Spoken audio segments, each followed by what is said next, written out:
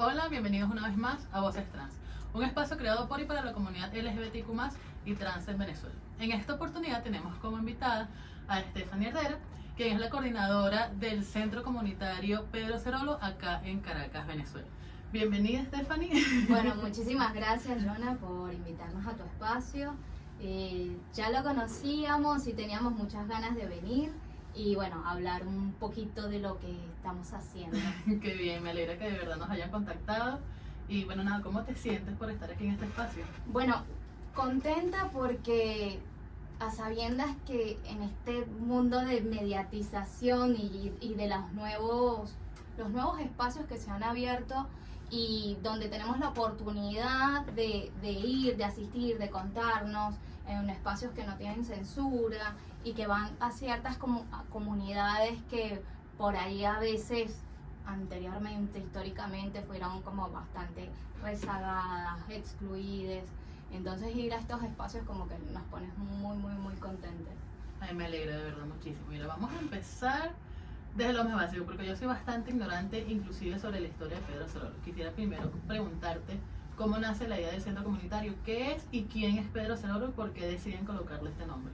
Bien, bueno, el centro comunitario es un espacio donde trabajamos tres áreas, una de salud preventiva, cultural y social. Este centro comunitario va dirigido específicamente a las poblaciones que convivan con VIH, alguna ITS, o también a sus familiares y amigues, ¿no? Sin discriminar a aquellas personas que no tengan ninguna infección. Es decir, es un espacio objetivo, pero sin discriminación a la persona que sienta interés de participar. Pedro Cerolo le colocamos porque nosotros vamos de la mano con una fundación que se llama Pedro Cerolo, y Pedro Cerolo fue un venezolano que fue activista ya hace varias décadas. Fue activista de VIH en los años 60, 70, y bueno, después él se tuvo que exiliar, para decirlo de alguna manera, y siguió su activismo en España. Ella creó una fundación que se llama Pedro Cerolo, y bueno, nosotros somos como esa ramificación aquí en Caracas, y también están haciendo una sede en Maracaibo. Ah, qué bien. Sí. ¿La van a abrir prontamente? Pronta, ¿O está totalmente...? Exacto, está como en proyecto, pero la idea es que también se genere un centro para la comunidad LGBTIQ+, en Maracaibo. Entonces nosotros somos como esa ramificación de Pedro Cerolo y bueno, que él había hecho activismo acá, lo conocen, los activistas más grandes lo conocen a él. Así que ¿Y hace cuánto tiempo está el centro comunitario activo? nosotros somos bastante nuevitos en esto, si bien ya tenemos cada uno del equipo tiene su propia trayectoria individual, digamos. Nosotros apenas llevamos desde diciembre, activando desde el año pasado y bueno, generando actividades, talleres, que sí, ahora más adelante te voy a comentar, pero bueno, estamos en eso, ¿no? Como iniciándonos y ir metiéndonos en la comunidad, ir creando esto de hacer redes, que es lo que nosotros queremos. No queremos ser un centro aislado, ¿no? Por eso actuar en redes, en alianzas y bueno, y que las organizaciones nos vayamos complementando. ¿Y qué te hizo decidir fundar, por así decirlo, o traer como esta idea de la Fundación Pedro Cerolo a Venezuela? Sí, bueno, esto deviene en la voz protagonista, ¿no? Que en este es mi caso, la voz protagonista que convive con VIH, y entonces pasa con las personas que convivimos con VIH, o lo odiamos, o nos deprimimos, y nos mata el estigma social, o eso pasa un tiempo. Pero después de ese tiempo, después uno comienza a pensar, bueno, ¿en qué lugar me quedo? Entonces uno, por lo menos en mi caso, que yo vengo de una trayectoria, que yo soy enfermera, personal de la salud, y siempre me moví en estos lugares de transformación. Entonces dije, bueno, hay algo que tengo que hacer con esto. Esto del VIH lo tengo que convertir en otra cosa, ¿no? Como la literatura, que cuando uno escribe, ¿no? Lo conviertes en otra cosa y se convierte en algo bonito, aquello que es triste. Y entonces en esto se convirtió, ¿no? En esta idea de, bueno, ¿qué es lo que me mata a mí? Bueno, sí, el estigma social, el tabú. ¿Y qué puedo hacer yo para erradicar eso? Bueno, vamos a comenzar a hablar de esto. Vamos a crear un lugar donde yo me sienta cómoda, donde yo pueda hablar con mis pares, donde pueda haber información, donde pueda utilizar aquello artístico. Y bueno, de ahí devino estas ganas de crear un centro comunitario y obviamente hacerlo en mi país, en Caracas. Lo hacemos en el oeste, que también tiene un porqué, ¿no? No lo hacemos como para los lados, entre comillas, nobles, sino como los lugares un poco más vulnerados. Entonces, bueno, que ahí cueste que a veces llegue la información. Entonces, desde esos lugares, ¿no? Por eso, con las ganas de realizarlo y el porqué.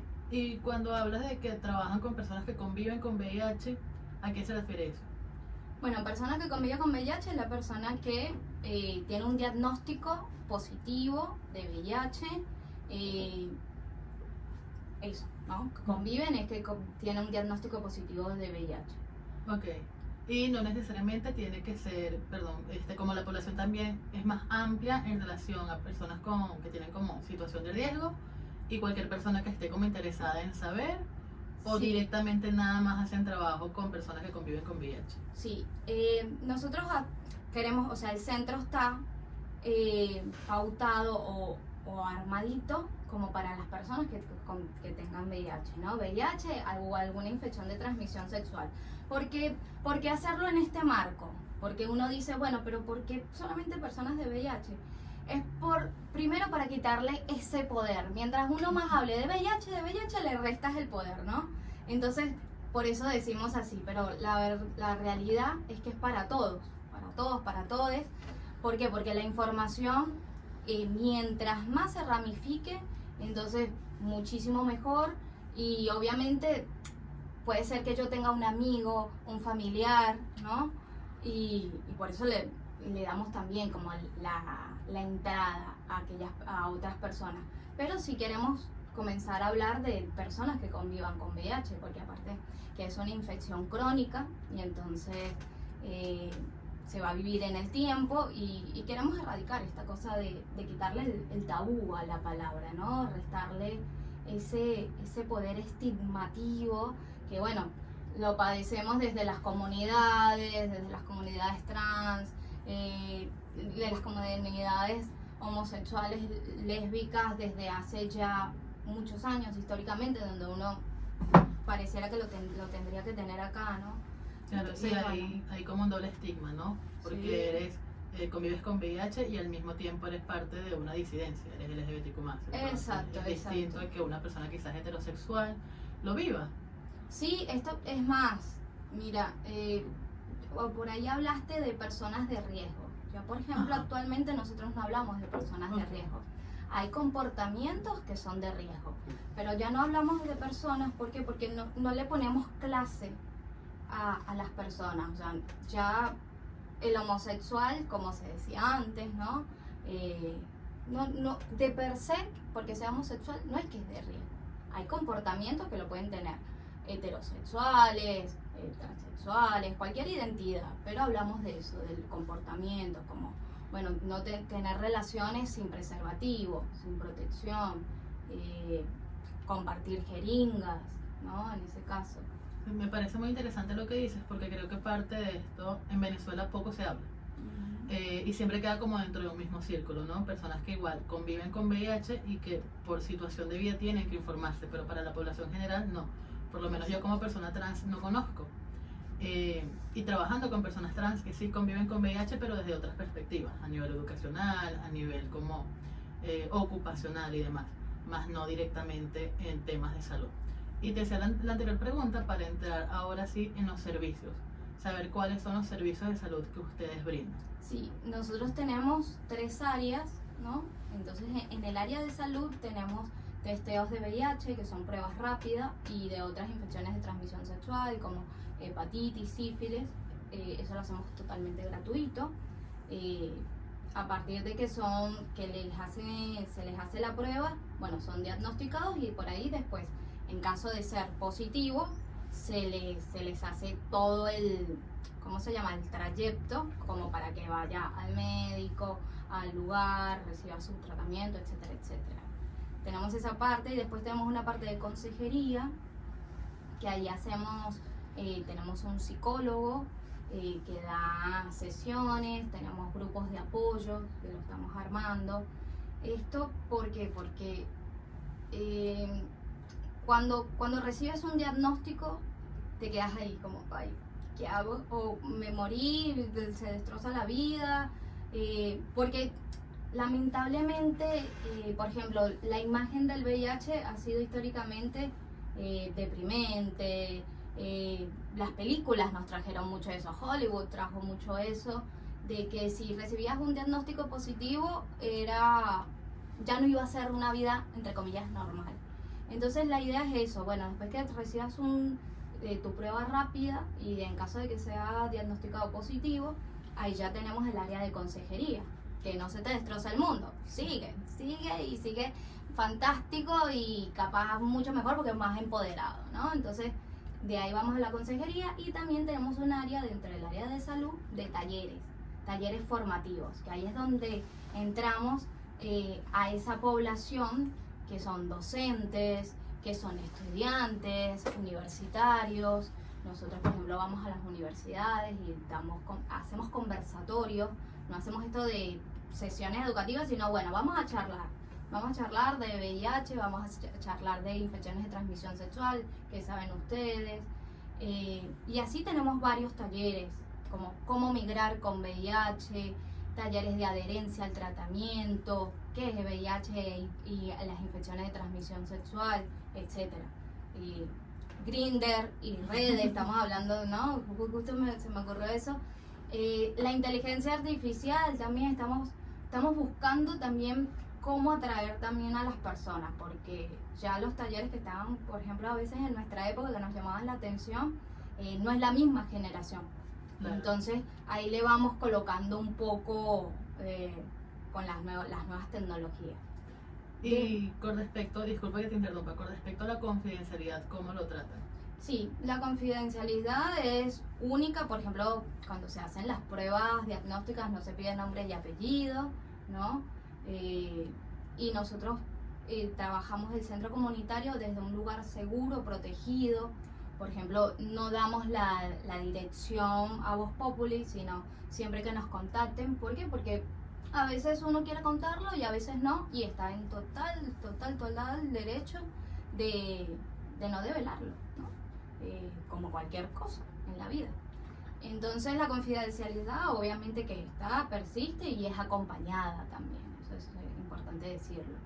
Acompañada por profesionales, ¿no? Sí, por profesionales, por gente preparada. Nosotros tenemos un equipo de formadores que ya tienen una vasta trayectoria en otras organizaciones, formaciones académicas. Entonces, bueno, la idea es esa, ¿no? Que haya un acompañamiento a través de eso. Y con respecto a las personas trans, ¿cómo tratan el tema de su identidad, el tema de convivir con VIH? Porque a veces pasa que en algunas organizaciones salen como con estas excusas de que por tema de salud o por tema legal se requiere ya sea tratarte con tu sexo biológico o el sexo que está como registrado en tu partida de nacimiento, etcétera. ¿Cómo lo manejan ustedes? No, nosotros precisamente por eso es el centro comunitario, porque lamentablemente hay barreras en el acceso a la salud, hay barreras en el acceso, hay dificultades, y entonces para las comunidades trans es complejo. ¿Por qué? Porque te siguen llamando con el que entendemos que es el nombre muerto, y no, desde nuestro lugar como centro comunitario se pregunta obviamente el pronombre, cómo quiere ser llamada, se respeta si son género fluido. Si bien por un tema legal, si se quiere, en términos de papel, porque lamentablemente todavía no tenemos ley de identidad de género, entonces bueno, todavía seguimos utilizando eso, pero al momento de transmitir, de comunicarnos, obviamente trabajamos con un enfoque de género transversal, interseccional, entonces es súper respetable y por eso son bienvenidas todas las comunidades. ¿Y cuáles son los horarios para asistir al centro comunitario? Mira, nosotros no trabajamos con horarios, sino con actividades programadas. Por eso es libre, es de libre acceso. Y entonces, como tenemos actividades intracentro y también vamos fuera del centro, que eso es lo que todavía no te he contado. Entonces, hacemos actividades culturales. ¿Por qué? Porque a veces nos cuesta llevar al centro, por esto que dices de la confidencialidad, porque es algo que es un proceso y entendemos que a veces hay personas que no van a ir al lugar por X o por Y motivo, y entonces nosotros salimos de intramuros, ¿no? Desde nuestro lugar de protección, y vamos a realizar actividades culturales, como por ejemplo, ahora tenemos una en la Galería de Arte Nacional. Vamos a los colegios, vamos a la Plaza Dos Caminos, al Kiki, al Ballroom, y bueno, y todos aquellos espacios donde nosotros podamos realizar una actividad cultural. Entonces, también en ver qué marco es la actividad cultural. Hacemos lecturas dramatizadas que tengan que ver con las temáticas.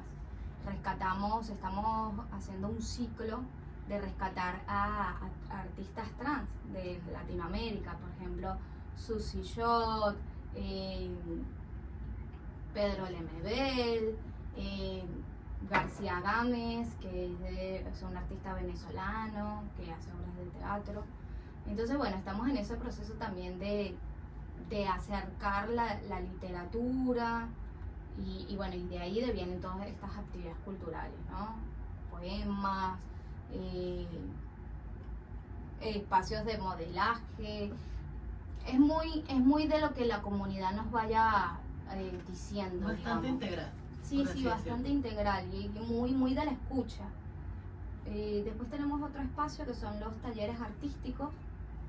Entonces utilizamos el arte como excusa para hablar de las temáticas de VIH. Por ejemplo, ahora estamos teniendo un taller de maquillaje de drag, y entonces en ese maquillaje de drag, bueno, hablamos de la cultura queer, de la cultura drag, y por ahí vamos metiendo esto del VIH, ¿no? Para comenzar a hablar de las temáticas y naturalizarlas, ¿no? De eso de bien. ¿Y para tener acceso a los servicios de salud es previa cita o también hay como cosas más específicas? Sí, nosotros hacemos previas dependiendo. Por ejemplo, en los talleres nosotros tenemos un Instagram que se llama @comunitario.cerolo, y entonces nosotros ahí vamos posteando todos los flyers de nuestras actividades, de los talleres, que son totalmente gratuitos, abiertos al público.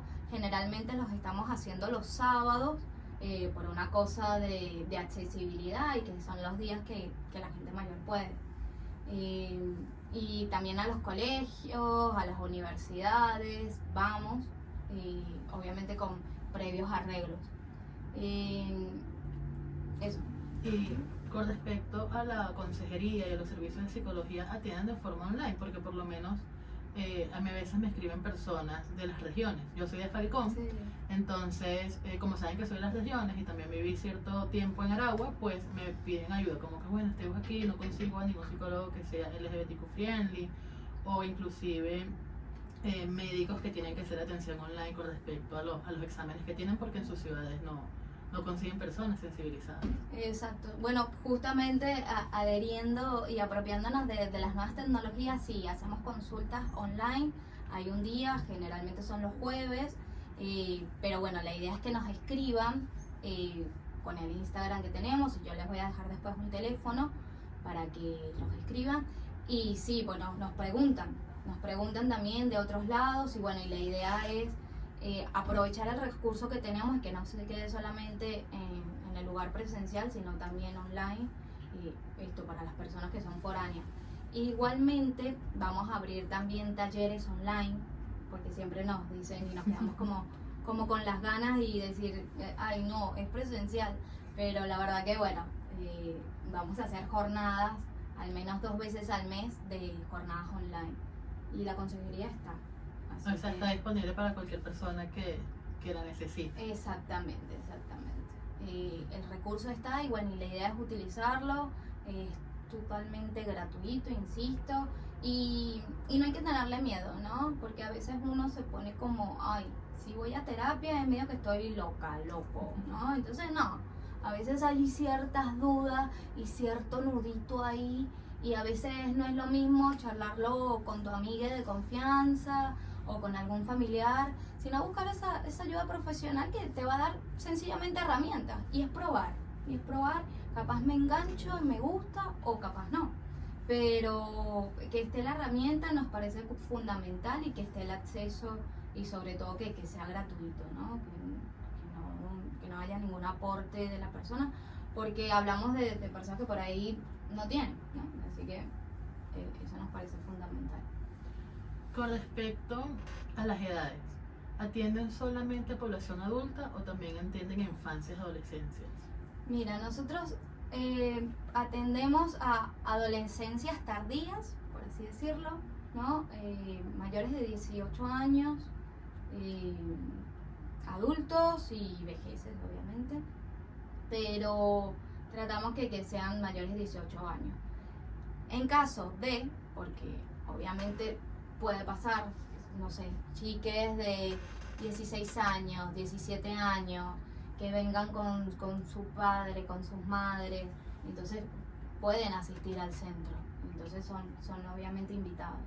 ¿Y hay actividades para padres o para familiares? Sí, tenemos, es más, por eso digo que es para todo público, porque muchas veces nos pasa, te digo esto como testimonial, ¿no? Madre preocupada, mi hija fue diagnosticado, no sé qué hacer, la abuela tampoco sabe qué hacer, mi hija no quiere salir, no quiere venir al psicólogo, entonces ¿qué hago? Vienen al centro y bueno, y se forman, y entonces esa información la van llevando día a poquito a su casa y se convierten en promotores de la salud, que es lo que queremos hacer, lo que queremos resolver. Si bien por ahí el taller van 10 personas, pero esas 10 personas son multiplicadoras en sus comunidades, en sus grupos,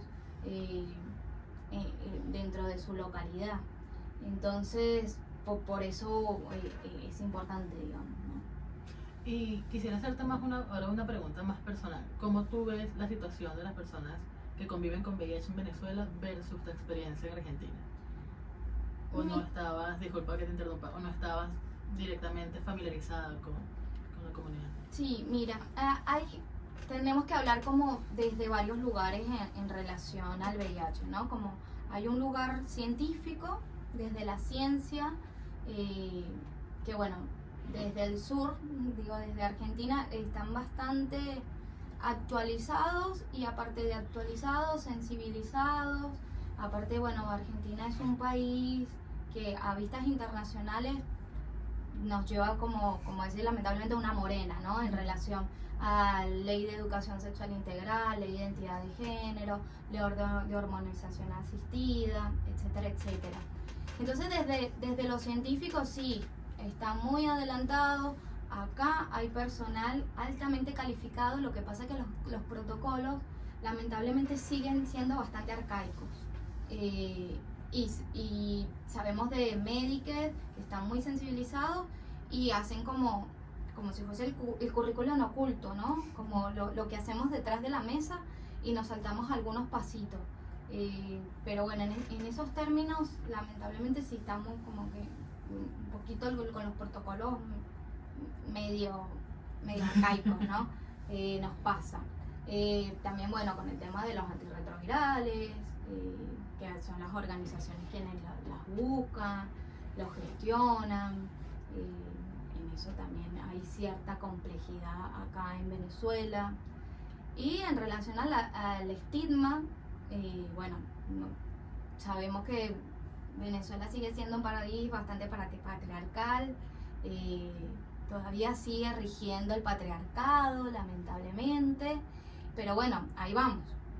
Por eso estamos en la resistencia, y mientras más se hable de esto, y los feminismos, las comunidades trans, y la idea es eso, ir erradicando estos paradigmas que fueron nuestras infancias, que crecimos con todas las telenovelas y ahí llorando por los varones cis heteropatriarcales, Y bueno, la idea es comenzar a generar otras formas, otros comportamientos, otras crianzas. Y esa es la idea, ¿no? Me quedo pensando, ¿no? En que nos cuesta. Obviamente, desde Argentina hay toda una movida, pero también hay un proceso histórico también, que nosotros somos bastante nuevitos en esto. O sea, nosotros estamos empezando, o sea, ya tenemos varios años, pero bueno, estamos empezando. Ellos ya llevan como décadas y también son otras, ¿no? Otras Otro comunidades, contexto. sí, otros contextos, otras comunidades, otra cultura. Y entonces nosotros tenemos procesos también distintos, ¿no? Desde nuestras culturas que son un poco más, la gente del llano, ¿no? Estos llaneros que mientras más hijos tengan mucho mejor, mientras hable más golpeado mucho mejor y estos comportamientos de bullying que todavía se siguen a veces sosteniendo desde los colegios, desde las escuelas. Pero yo creo que va cambiando, hay una generación de relevo, esta generación de relevo que viene con otros pensamientos y que queremos sostenerlo y que estamos en esta lucha de reivindicación de derechos, sosteniendo nuestros derechos de per se y generando otros, ¿no? Otros derechos que vienen también con comportamientos distintos y de pensares distintos, que nos pasa también como con las mujeres cis, ¿no? Que también rescatando un poco, son las que más nos cuesta que lleguen al centro. Nuestras mujeres cis que convivan con VIH, porque es de las que nadie habla. Porque todavía están esas personas de riesgo y en realidad habemos muchas mujeres cis que conviven con VIH. Claro, porque está este estigma que son los hombres gays normalmente. Exactamente. Okay. Entonces, y hay mucho tabú porque ¿quién les transmite? Entonces viene de todo un montón de violencias alrededor, ¿no? ¿Quién les transmite? Bueno, el heteropatriarcal, que no se protegió. Entonces hay todos unos comportamientos de violencia que bueno, que la idea es comenzar a charlar de esto. Y qué precioso que tú estés al frente del centro y que seas como la cara visible, ¿no? Porque Sí. también es una forma de identificarse. Yo creé el podcast justamente también para eso. Yo soy una persona no binaria y me costaba encontrar personas que fuesen como yo, quizás acá no, como teniendo la oportunidad de salir así un videíto en un reel, en cualquier clip que salga en redes sociales, pues alguna mujer en algún lugar de Venezuela que conviva con VIH pueda identificarse, ¿no? Sí, y esa es la idea, y la idea, porque a veces uno piensa, bueno, lo digo, no lo digo, soy visible, no, pero en esta época creo que la bandera es esta. La resistencia, ya uno ya no pelea con las armas, sino que es la voz, es un podcast, entonces esta es la guerra de decir, hablar, y si no te gusta, te lo digo 10 veces y te lo escribo, y tenemos las redes sociales, que son las nuevas guerras, ¿no? Porque que te callen no significa que tu experiencia va a dejar de ser válida o que vas a dejar de existir. Exactamente. Sigues existiendo, pero en las sombras, en la invisibilidad. Sí.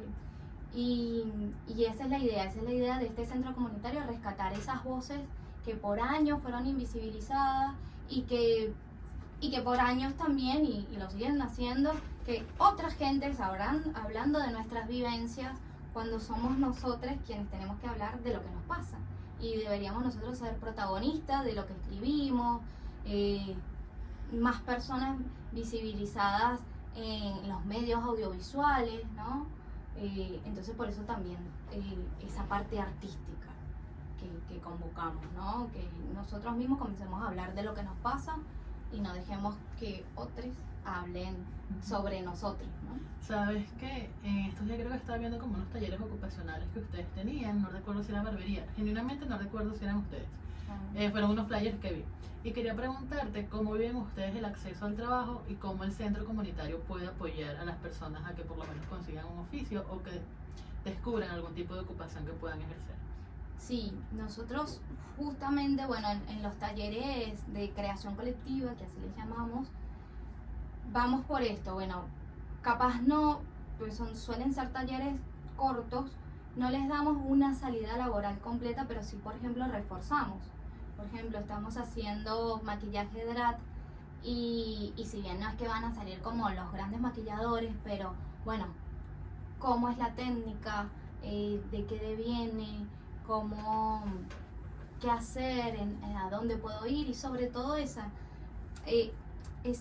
momento en que me puedo nuclear con otros pares y entonces bueno, si por ahí yo te puedo ayudar, mira, hay tal evento, ¿será que me pueden ayudar? Y también los talleres son a veces como una excusa para comenzar a hablar de las temáticas y para generar esos lugares de encuentro entre pares, ¿no? Eso nos pasa. Talleres de creación para que, por ejemplo, escriban sus vivencias. Tenemos taller de escrituras, de cómo hacer un cortometraje. Y bueno, ya iban saliendo las salidas laborales que también eso, en estas épocas las vamos generando nosotros, ¿no? Con, por ejemplo, este podcast, les enseñamos también. Así que bueno, es un mundo, ¿no? La idea es que el centro se sostenga por la gente que lo habite, que lo transite y bueno, y que lo podamos sostener en el tiempo. Esa es la idea.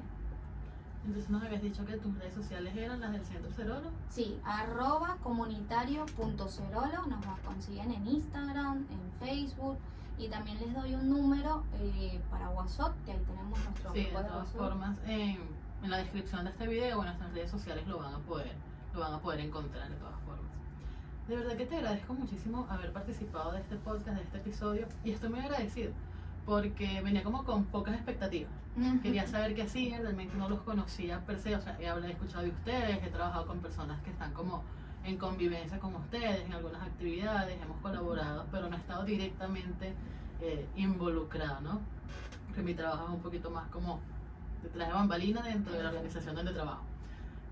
Sin embargo, de verdad, muchísimas gracias por brindar esta oportunidad y por abrir estos espacios en Venezuela, que sabemos que es una situación bastante compleja, bastante peculiar la que vivimos, y el nivel de estigmatización y de desinformación en el que estamos como expuestos es bastante grande y eso llega a sentirse violento, no sé cómo lo piensas tú.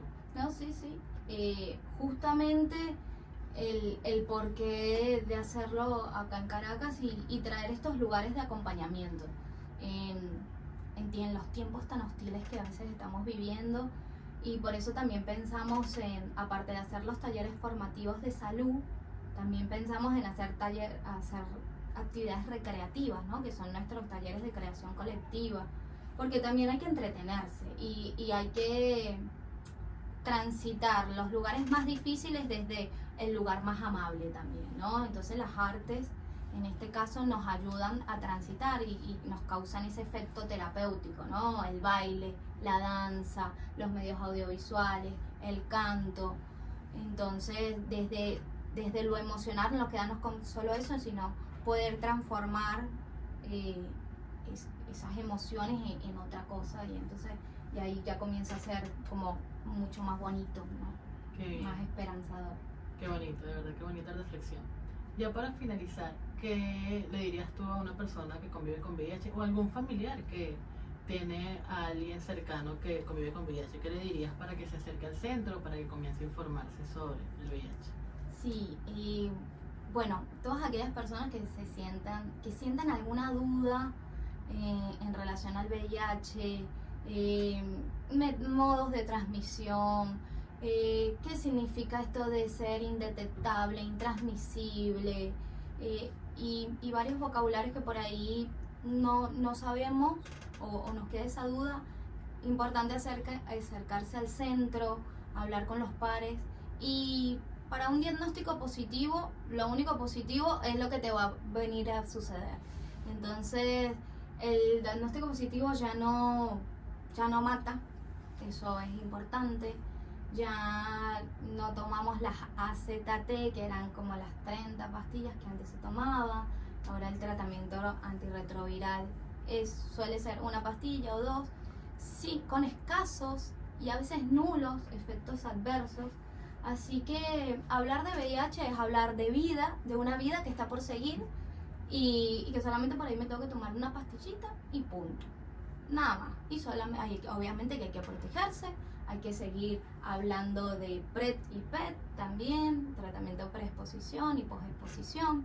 Entonces, bueno, todos estos comportamientos nuevos para las personas que son recién diagnosticadas, la idea es que tengamos un lugar donde podamos charlar, hablar, discutir, debatir y generar otras opiniones, otros debates, siempre obviamente en pro del crecimiento y el desarrollo. Para que estemos todos. De verdad, muchísimas gracias, Stephanie, por No, estar aquí. gracias a ti por invitarme y generar este espacio también. Generar este espacio y que podamos acceder de alguna una otra forma de clara. información, ¿no? Así que bueno, nada, de verdad, nos vemos en un próximo episodio. Recuerden que todos los viernes estamos de estreno a las 8 p.m. por Humano Derecho Radio. Eso va a estar aquí en la descripción, el link. Y también estamos retransmitiendo los días martes a la misma hora, 8 p.m. Estamos también disponibles por nuestros Instagram y por nuestros medios de WhatsApp y de otros, también de Telegram tenemos algunos canales. Por allí pueden estarse comunicando con nosotros. Chaito, hasta pronto. Chao. Listo. ¿Cuánto fue? Ok, chévere. Eso. Ok. ¿Te sentiste bien? Sí. Ok. Sí, está muy linda la casa. Ok.